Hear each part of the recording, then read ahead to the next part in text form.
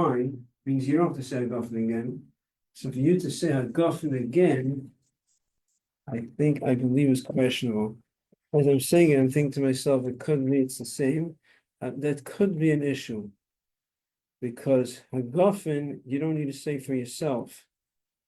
And the whole Kiddush is Hagafen. You're saying if you said Hagafen, but like not as Kiddush, just like a regular bracha. The point, I'm not sure about it as I'm speaking up, but I'm saying is like this. The man could say Kiddush for Friday night again. But what about Hagafen? I believe Hagafen is part of Kiddush, but during the day that Hagafen is Kiddush and only Hagafen, question is, could a man say for a woman just a bracha Hagafen? I have to look into it. We can at night. Night it's fine because Hagafen is part of Kiddush. You could say Kiddush, you go say Hagafen. It goes together because you're saying Hagafen to be mitzi. I don't know if you follow my train of thought here. Okay, let me explain here's what I'm doing. I can't say bracha on, you can't say bracha on food to be made to other people. For food, you cannot say for other people, unless you have to do it for yourself. Why sing it? I can say eitz for someone else. If that person cannot say eitz, I can't say food, I cannot say bracha for other people. Because there's no obligation to eat. It's only when something I'm obligated to, all Jews are obligated. But we say Hagafen, which is food, wine, but that's part of Kiddush. So if it's part of Kiddush, it's okay to say it for someone else, even though I don't need to say it for myself. But if the whole Kiddush is only Hagafen during the day, what's Kiddush? It's only Hagafen, that's the whole Kiddush. So could be it's different. That's what I'm thinking now. As I'm saying it, I'm realizing that I'm not sure about it. It could be over here. You can't just say Hagafen. Because that's, by the way, what kind of Kiddush is Hagafen? Really, bracha Hagafen is, why is that Kiddush? I said, if I want to have a cup of wine, I said Hagafen, that means I said Kiddush now on Monday morning. Kiddush is really only at night. Chacham say you should also do some form of Kiddush during the day because we don't want that the day meal should be considered lower than the night meal, meaning being at the day meal in a sense is more important than the night meal in terms of, in other words, people eat more during the day than at night generally, at least that's how it was. So therefore, it's just like the better food you leave for the day. So the day food, the day meal is considered a chash, more, in a certain way, more chash than the night in a certain extent. So if there's not going to be Kiddush during the day, only at night, we're going to say, oh, the night meal is very special because we say Kiddush. The day meal, it's not just a special meal. Look, we don't know, I've been saying Kiddush. People might come to think that the day meal is not such an important meal because look, there's no Kiddush. People associate the special meal, Kiddush. So Chacham said, you're going to do Kiddush also during the day, but Kiddush, it didn't enact to say a regular Kiddush because Kiddush is only at night. Hagafen, but calling it Kiddush. It's Kiddush, you guys say Hagafen, and that's the Kiddush. So this Kiddush, it's a requirement. It's not like just a custom, but that's the reason why the Chacham enacted Kiddush. That's why Kiddush of the day is not as strict as the night. Remember we discussed that a boy that just became bar mitzvah, and the chances are, and we could assume as right by bar mitzvah, he has not reached puberty, right? His face there's nothing on it, there's no hairs growing on his face. He just came like a little kid. He's bar mitzvah, he's like a big boy now, right? He's obligated to do mitzvahs, but his obligation is rabbinic, and therefore he cannot exempt women, even if he has to do it for himself, right? He cannot exempt women, not just women, women and men, because I know it's women. He cannot exempt other men or women over bar and bas mitzvah with Kiddush of night. Actually, no, there's a difference. There's a difference by the men because the men already daven ma'ariv. That's the point. In other words, Friday night, if someone did not do the ma'ariv, did not do Kabbalah Shabbos, didn't daven ma'ariv, because the ma'ariv, this Kiddush in ma'ariv, and I'll tell you to Kiddush within the Amida. So didn't daven ma'ariv, let's say, which is usually women, they usually daven. So a child, a bar mitzvah boy, still a child, just became bar mitzvah, he cannot say Kiddush for people over bar mitzvah who did not daven ma'ariv, because their obligation of Kiddush at night is mandatory by the Torah. And his obligation of doing mitzvahs is rabbinic. So he cannot, we might say, men or women who didn't do Kabbalah Shabbos, who didn't daven. So primarily applies to women. But if you have men, let's say, that came, kind of people, and didn't daven ma'ariv, and they come to a Kiddush, you can't have a mitzvah boy. He's going to mitzvah, he's all excited, he's going to read the Parsha tomorrow, I'm sure, let's say, and he's going to make Kiddush Friday night for everyone because his bar mitzvah, let's say, is on Shabbos. So he's saying Kiddush. No, he could say Kiddush, right? No, he'd say Kiddush, but he cannot say Kiddush for adults, primarily who did not daven yet. That's really where the issue is. If he didn't do Kabbalah Shabbos, if he didn't do the Amida, he could say for children. We discussed also about Purim. Same is also with Purim. This question came to me once. The mitzvah boy, his bar mitzvah was on Purim. So he wants to read the Megillah on Purim, because a lot of bar mitzvahs want to read the Parsha. By the way, reading the Parsha, the mitzvah boy, I'm sure you know the idea, the mitzvah boy reads the Parsha, right? That concept is not encouraged in Chabad. The Rebbe does not encourage it, and it doesn't discourage it. To a certain extent, the Rebbe does, but not discouraging. The Rebbe feels that it's not this. In other words, there's no kedusha. It's not like the mitzvah boy has to get the mitzvahs and says a mind that these things are mitzvah boy should do for the mitzvah. Reading the Parsha, reading the Torah, it's a nice thing. If he wants to do it, then he has the time for it, and it doesn't take away from other important things of learning. Okay, that's the Rebbe's point. When you come across it, you hear dialogue, you understand what it's about. You're going to say no. Then you have some extremists who say no. The dafka specifically he shouldn't learn because the Rebbe did not encourage it. The Rebbe didn't encourage it. The Rebbe didn't discourage if the child is going to be excited about it. So you have to weigh, what's going on with the child. Should it be encouraged? If it's going to take away from other things, no. But if it's not a contradiction to other things that he's doing, and he's excited about learning, okay.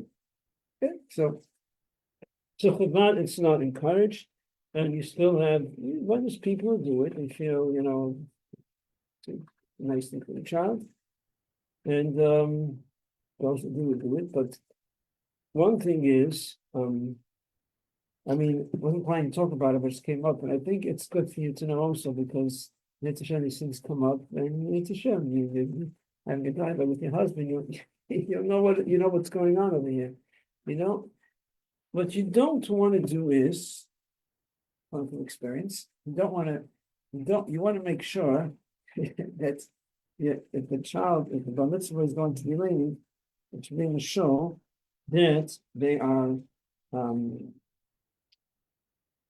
are children friendly, meaning bar mitzvah boy friendly, meaning you can have sometimes shows that they don't have no understanding of, child just came bar mitzvah and he's getting up to read the Torah. He's a lot of anxiety over he's getting us. And on the other hand, hearing the reading of the Torah is very important to be read properly, especially in Chabad, that are very specific about reading the words correctly. So when it comes to the oral Torah, the main thing is understanding. When it comes to the written Torah, the main thing is the reading. So when we read the Torah, it's important that the Balkaidan, one is reading the Torah, should be reading the words correctly, and the notes have to be done properly. It's a very important thing. The Shini Rebbe speaks about in mind how important it is because this all came down from Hashem. How do we know how to read the Torah? We're the Cholov. Sometimes says Cholov, sometimes Chaylev. Cholov is milk, Chaylev is fat. And Hashem gave us the Torah Hashem put Nekudas, there was Nekudas, there's no Nekudas, and it's all passed down, it's all straight from Hashem. In the notes, is also straight from Hashem. So the Teresh Mitzvah has a tremendous Kedusha. So it's very important that the Malkedah should be a proper Malkedah. So people are very specific. So now, if someone was reading the title, and I'm a little off mistake, I read a title, something there, people will jump at me, correct me, little thing here and there, whatever, little nuances here. It's important. But now you have a child, just became a mitzvah, now he's getting him to read the Torah. It's catch 14, right? What do you do over here? That also, that's why by mitzvah reading the Torah, I'm not a big fan of it, truthfully, even though I've done it for my children, because my wife's family, that's how it was. My wife grew up, her siblings, my father was angry. He encouraged, he's a people, and he encouraged the children to read the Torah with them. So I continue with it. But essentially, I'm not going to direct what I did, but because it is a good thing. A lot of people find it as a positive thing. They feel if they read with them, so they'll continue that way. Not necessarily. It depends how it's done. But the point is, when here you have the mitzvah boy coming to read the Torah, and it's supposed to be read properly, and generally people want to correct the Torah. But if it's a mitzvah boy and you start correcting him, it's not going to go well with him. He won't be able to handle it, or he can't. So that's a very important thing. A mitzvah boy, you go up to read the Torah. That's if you're going to have such a situation. If it's going to happen, you want to make sure that now it's ready because people understand already that, but you want to make sure it's a show that they're not going to be jumping on him and correcting him, because then he'll be totally discouraged and he might not ever want to read again. Okay, so anyways, this is about children reading the Torah. As you should know, when it comes the time for such a thing, it's not encouraged. I didn't read the Torah, but my bar mitzvah, I did. My bar mitzvah was Kol Moed Sukkos, so I wasn't reading a parsha. I got to read by the Rebbe, and down to 770. I started reading later on. So not necessarily is it dependent that if you read by bar mitzvah, it means they'll continue reading. It depends how it's done. It depends how he's trained, how he's encouraged, and how his experience is going to be reading the Torah, how well he does. So, anyways, a lot of things going on. So now you got a preview for the future. Okay, yeah. So we're talking about Kiddush, and how did I get this? So I was talking about Purim, right? So if the mitzvah boy is coming on mitzvah on Purim and he wants to read the Megillah and show, it's not common, but if he's talented and he's practices in advance, it comes Purim, he can read the Megillah. He wants to read the Megillah and show. Well, what did we say? Remember some last time? We spoke about it. You were here, I think, right? What's with Purim? Could you have a bar mitzvah boy who just became a mitzvah, which we assume he's not reached puberty? Not during the nighttime, or I'm sorry, daytime, but nighttime there's room to be lenient. Very good. Nighttime there's room to be lenient, but not daytime. Daytime, the Megillah reading is considered more important than the night. It says that you can read for kids under bar mitzvah.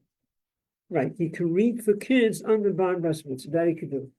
But to read and show during the day, he should not. Night, it's okay. It's accepted. I mean, probably it's an ideal thing would be not to, because if you can do something in a nicer way, why, but at night, it's okay. It's accepted, but not during the day. It means we're going on the same mitzvah, just became a mitzvah, and you're going the same during the day, and you're going to places, it's not really, not the problem. It's not usual that they don't start reading usually right after the one. It actually depends on who. Some do, but it takes Megillah takes time to learn. It took me quite a while to learn Megillah properly. 1 year, then another year. First year was I did it, and it was tough. And then the second year, it's long, it's like 3 times the size of a regular parsha. The plan in 1 year, I wonder, yeah, sat down on the Bach and I sat down a few hours straight until I mastered it. When it comes to reading, getting off the topic, I'm going into things that are not relevant. No. Okay, anyways, let's continue. We're talking about Abdullah. Okay, so Abdullah, we said that a man cannot say Abdullah for a woman if the man already heard Abdullah. He's saying just for the woman, he cannot do that. When you're hearing it now, this is very important. You're late for Abdullah. Oh, they already started Abdullah. This happened this week also with my daughter. She's another woman. She came and we started Abdullah. You know, start Abdullah. We had to get everyone together. Who's it? Hey. I thought she was there. She ran in the middle. She got all upset. What is called hearing Abdullah?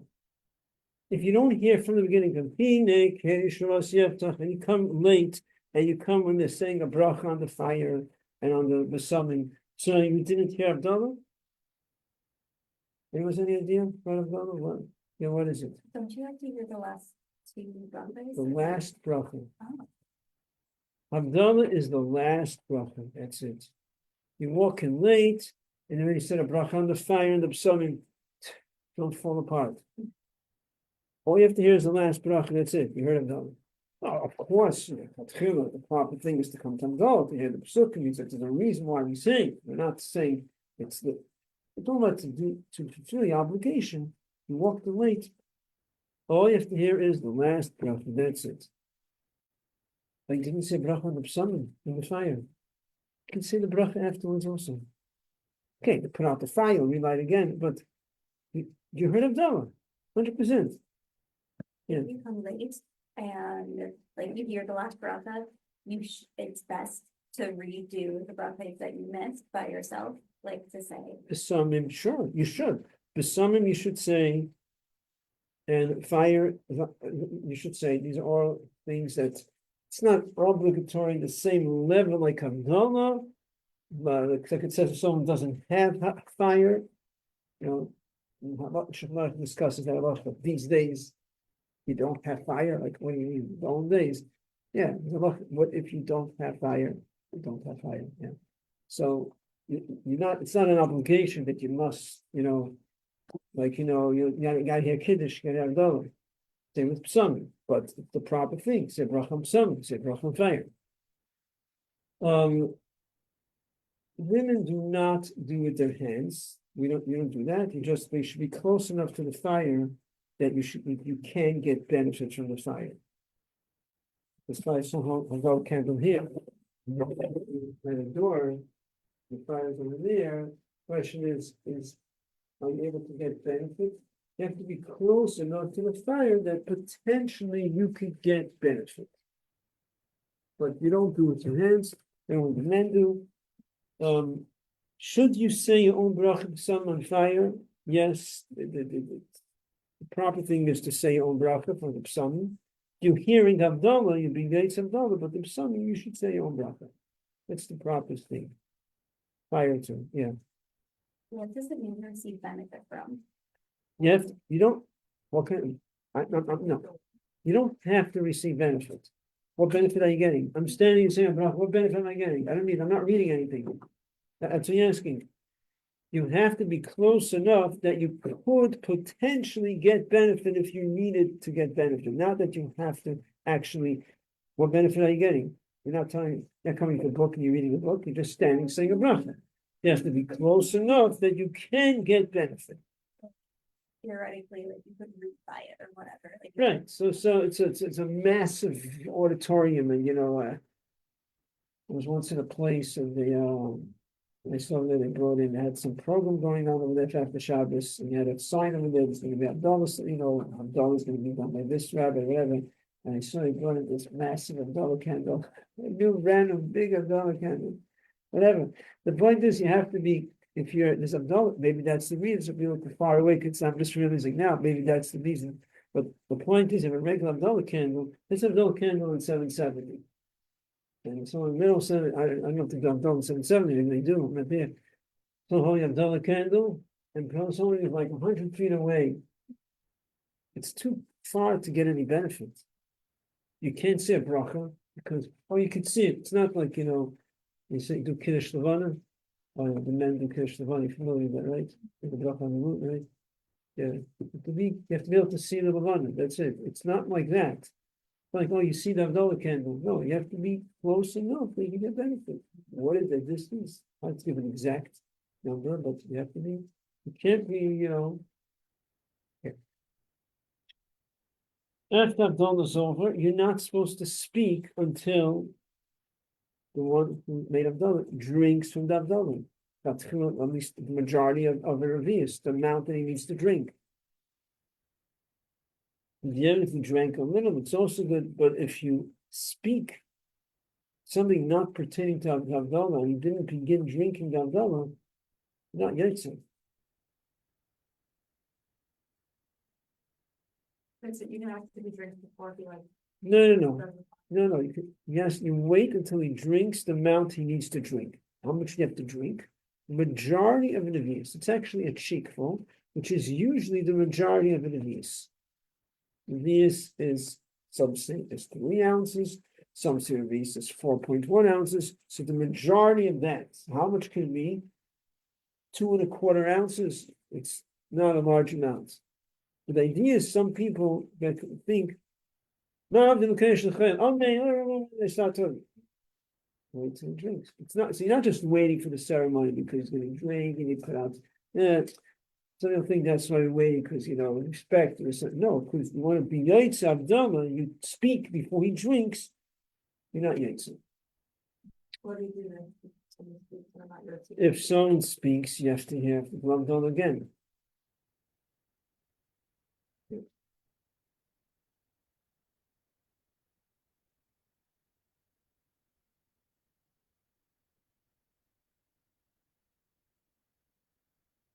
Oh, interesting. I'll talk about Abdullah.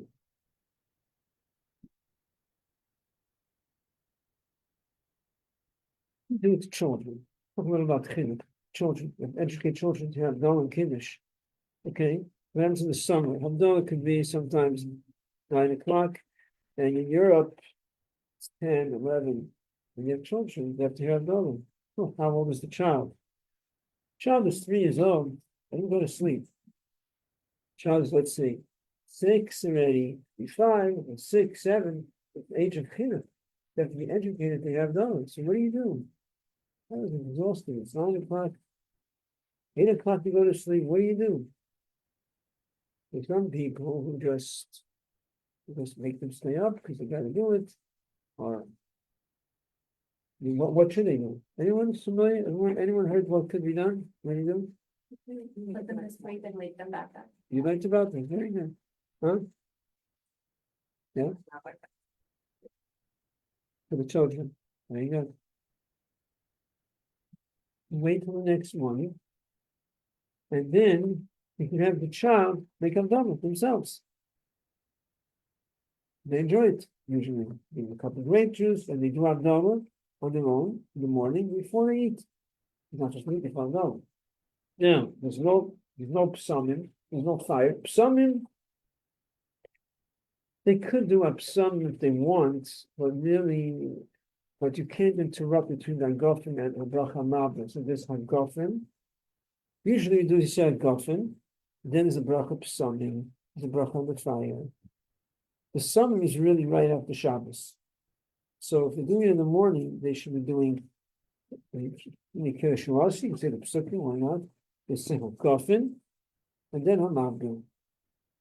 The Psalmim should not be Bracha on the fire, they cannot say. It's only Motzei Shabbos.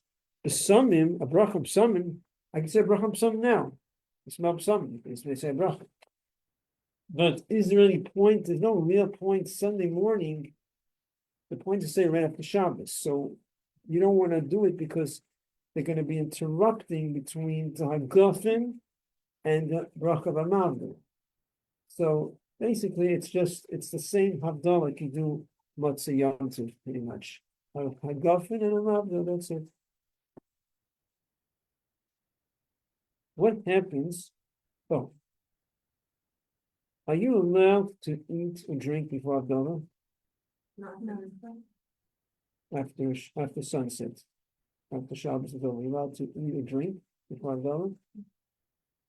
Can't eat, you can't drink. You can't even drink water, right? Huh? That's what I thought. Huh? You can have one, I don't know, what do you ask it? Makes a question. Catching on. According to halacha, you're allowed to drink water. Many Chabad is it's brought in a yom yom. I think it's in a yom yom. It's the customs. You know, yom yom are one of the Chabad customs that we do. No, actually it's in a yom yom. It's in a yom yom, yeah. That not to drink even water. So according to halacha, you can drink water. It's different than Kiddush. Kiddush, you're not allowed to have water before Kiddush. Havdalah, you're allowed to have water according to halacha, but Minei Chabad is not to. Which means if someone is in a difficult situation and they really need to drink, so they have to know, generally a custom, you keep custom. You're not meet with custom. Custom is part of Torah. In a situation where it's difficult, you have to know, okay, this is halacha, this is custom. You're not feeling well, whatever. Well, a person is really not feeling well, obviously it could take more than just water, but sometimes all they need is water.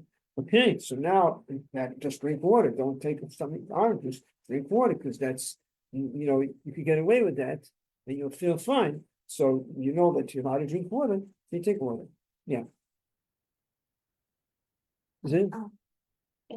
So like if a woman is like has a child under 2 and she's breastfeeding, then would she be allowed to drink water, or should she consult about before she just assumes that it's fine? Or like would she be considered like a sick person?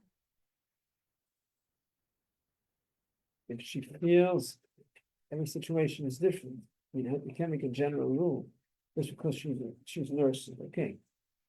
So depends on the situation. If she feels that she needs it, she needs it. In other words, it's not something you need a head from the God, it's a custom. Let's say customs aren't important, customs are important. But it's a custom. So if she feels it's difficult, she'll take one. Someone forgets to say Havdalah. And we just had the case of the child. He did not do Havdalah because he needs to go to sleep. So the next morning he does Havdalah. But if you forgot to do Havdalah and it's the next morning, could you also do Havdalah? Oh no, it's too late because you're supposed to do it at night. Very good. You have until Tuesday night. In other words, you have till Wednesday, not including Wednesday. You have until Tuesday night, but not Tuesday night. Tuesday night, you can't. You have to do it like the morning, like just. Forgotten. Right. Right. Once it's ready Sunday morning, there's no psalming and there's no fire. Yeah. I don't know if you covered it, but let's say you walk in late. Like they started now. You want to shoot that time? You guys go over it, and you just have to hear the last breath. And then you can go back and say on the Sunday. Right. Yeah. Probably no, you don't do any work, any malacha before Havdalah, right? And if you need to, you say Baruch Hamad V'Keresh Techer. If you know that, Baruch Hamad V'Keresh Techer. Yeah, it's pretty much it with the halachas of Havdalah. Wait, I have a question. Yeah. I don't remember. But like one time Chabad or posted that like Shliach in like Iceland or Greenland, like where the sun doesn't set till like 2 a.m. next dollar in the morning. Then he goes to sleep, it's like still Shabbos. Like they were like, oh, the rabbi makes some on his morning coffee. So does he also just do like, does he also just say like the Gaffin and like Mamadil, like he doesn't say like He's doing it about 1 second. Shabbos ends 2 in the morning. yeah. You know, talking about the North Pole where there's no what do you call it? Where there's no, it's No. like day for many days and night for. No, like, Until it it does- gets night 2 in the morning and then he goes to sleep. then you go to sleep like before, like let's say midnight, I don't know. Yeah, and then he wakes up in the He morning. makes them call. Does he also like, he also does like, not the full? I assume so. Yeah. I assume, yeah, because fire has to be done right away. Okay. Yeah, but it's a good question. It means he's missing every time the fire. Um, You like go to sleep and wake back up 1 second. He's waking up in the morning or middle of the night? in the morning, Oh, it's a very short night. yeah. Uh-huh. I assume it's the same thing. Because fire has to be Motzei Shabbos, not Sunday morning. Did you go to sleep and like wake up and like do a dollar with, so let's say initially after you go to sleep and like set an alarm for 2 a.m. and then do a dollar like regular, or it's as if like it's the next morning. That's not morning, that's what Shabbos goes out. So then if you did that, you could like. See, 2 a.m. it gets, Except at any point during the night, second. do a regular Havdalah. 2 a.m. it gets dark, right? So it's dark until like, let's say like 6. Yeah, So yeah, sure you can make an alarm, why not? Yeah. Getting up at night, as long as it's at night, you can do it, make a bracha on the fire. When it's already morning, once it's day already, then you can't make a bracha on fire. But it's an interesting thing, it means he's never been doing a bracha on fire. This is a bracha on fire. I could double check, I never had such a question in such a situation. But I assume that's what it is. You can't say a bracha on fire once it's already in the morning. It's not Motzei Shabbos. Why is it bracha on fire? Because that's when fire was created. Fire was created Motzei Shabbos. Once it's Sunday morning, it's not Motzei Shabbos. But it's only 4 hours later. It doesn't matter. Time is a time. The night is over. Now it's morning. I don't see how you could say a bracha on fire. That's the best of my knowledge. Yeah.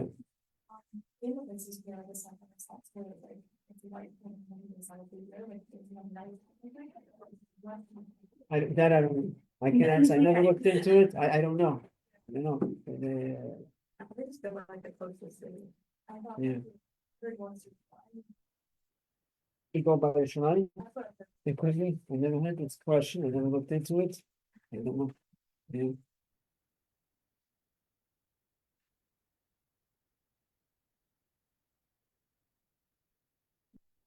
Any other questions? Okay. Thank you, everyone.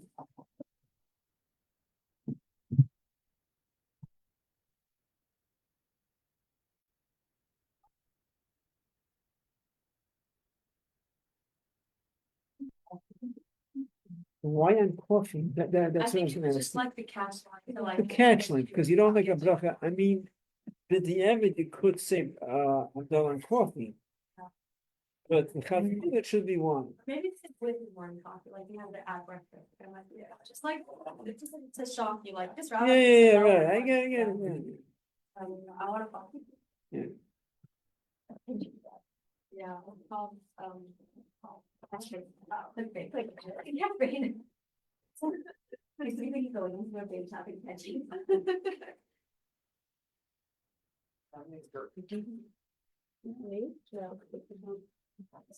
Your hair, oh, then your hair. This sweatshirt, 18, is this from this most recent batch? Yeah. Is this a take one? Yeah. Oh, did you get a discount? Actually, I bought it for me, for Oh, being a chaperone. Chaperones actually might have gotten it. Basically, I was like signed up later, like I wasn't. So I don't know if that was one. Like most chaperones had, or maybe chaperones got it for free, but Marcia had to buy it for me after. And I wasn't signed up after. It does look nice. Yeah, I think that was very good. Oh.